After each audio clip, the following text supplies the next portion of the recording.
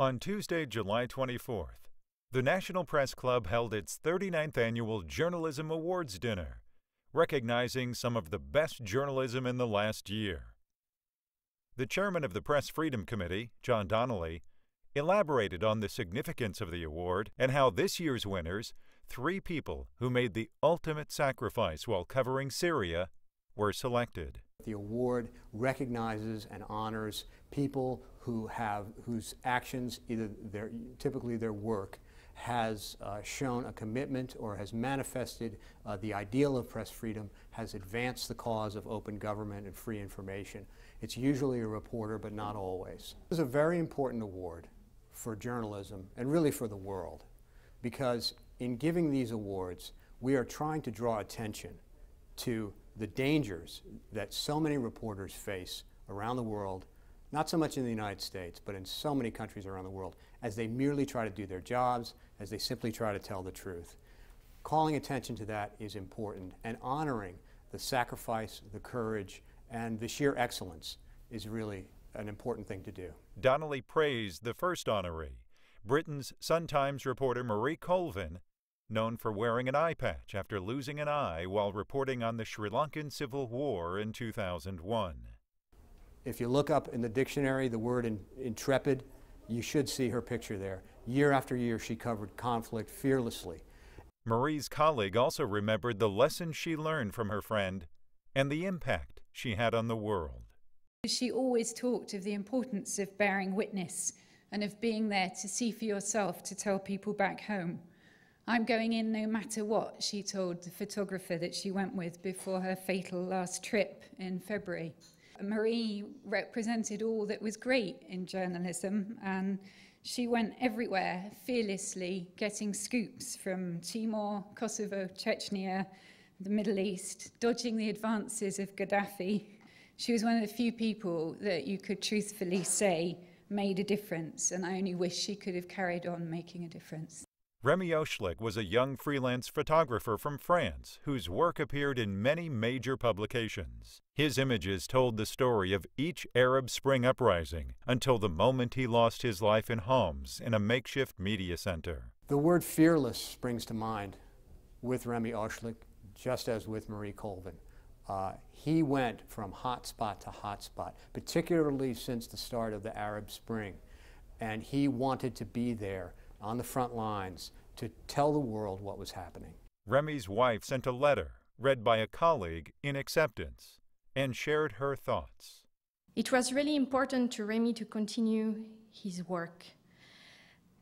And that's why today I have no regrets about his trip to Syria. He was obsessed. He wanted to continue his work about the Arab Revolution. He wanted to describe, with his pictures, the atrocity of the war in Syria, and he was right to want to do this. I haven't felt like laughing since the day of his death, but this evening, tonight, I will drink to you, Remy. For all photographers here in Washington and everywhere, we will show the world not as we imagine it, but as it is. Beautiful, amazing, and so vicious. The third international winner was New York Times reporter Anthony Shadid. The two-time Pulitzer Prize winner died of an asthma attack on his way to Syria. His mother accepted the award. Donnelly praised Shadid's coverage of the Middle East and the Arab Spring. Anthony Shadid, another Pulitzer Prize-winning New York Times reporter, whose work was widely considered to be among the best coverage of foreign affairs, particularly at shining a light on events in the Middle East. James Risen of the New York Times received the Abashan Award in the domestic category for promoting or helping to protect the freedom of the press. James Risen and the New York Times have been fighting for several years in court against a subpoena, first issued by the Bush administration and subsequently issued by the Obama administration, to get him to reveal an anonymous source for a book he wrote about the CIA. They have fought tooth and nail for a long time against this, and this is a very important issue for the press community, because our ability to be able to turn to anonymous sources for information and the faith by those sources that their names will not be disclosed against their will at some point say in court, is key to the free flow of information that in turn is so important to the functioning of the democracy. Risen is continuing to fight for the freedom of the press. What it boils down to is whether or not we're going to have an independent, aggressive, investigative reporting in the United States. That's essentially what my case is all about. Whether the government can tell us what we can write about national security, or whether we in the press decide what we write about national security. And in my opinion, the First Amendment says that we get to decide, the people of the United States get to decide what we write about. The evening blended honoring the best in the written word, the broadcasting world, and the new digital platforms. Recipients came forward to accept awards for newspaper consumer journalism, broadcast consumer journalism, Washington regional reporting, press criticism, diplomatic correspondence, analytical reporting, political analysis, free animal reporting, political journalism, geriatrics, humor, U.S. defense policy. For a new category this year, breaking news, there were 3 co-winners. The Associated Press received the Broadcast Award for the immediacy of their video journalism of the devastating Joplin tornado. What we tried to do is what every person in the media tries to do, whether you're a print writer, whether you are a television journalist, whether you're a radio journalist, or whether you're a still photographer, is we tried to give the inside look and the real feel of exactly what was happening. The Associated Press print staff won for their effective and in-depth coverage, painting vivid pictures of the Japan earthquake and tsunami.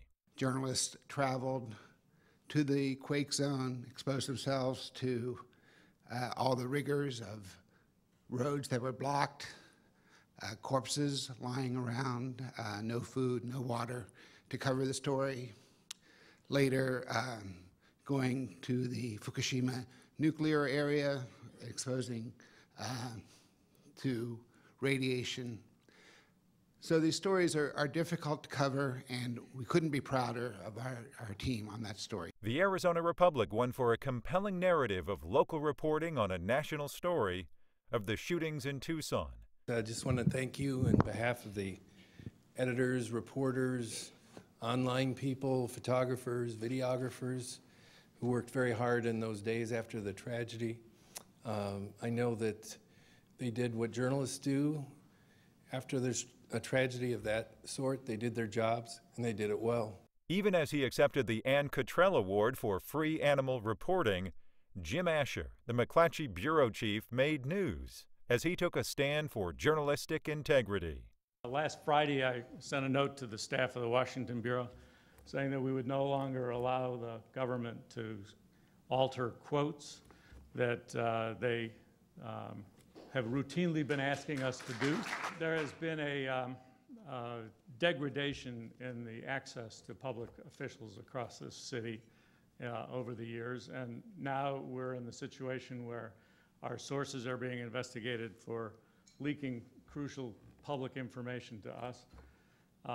The officials who represent the executive branch rarely answer our questions unless they give it to us on background, and then have the timidity to say, we don't like that quote, why don't you change it?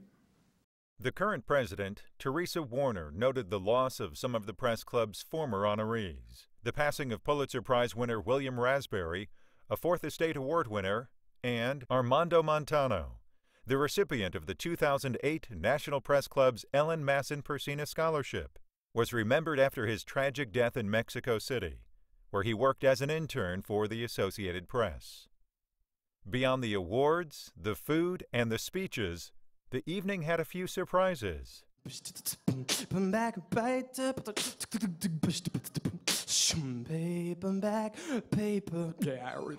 And one honorable mention winner, who was not expected to speak, summed up the sentiment of the evening. I almost didn't come tonight. I'd never been to one of these, but this is about journalism, and I thank you for that.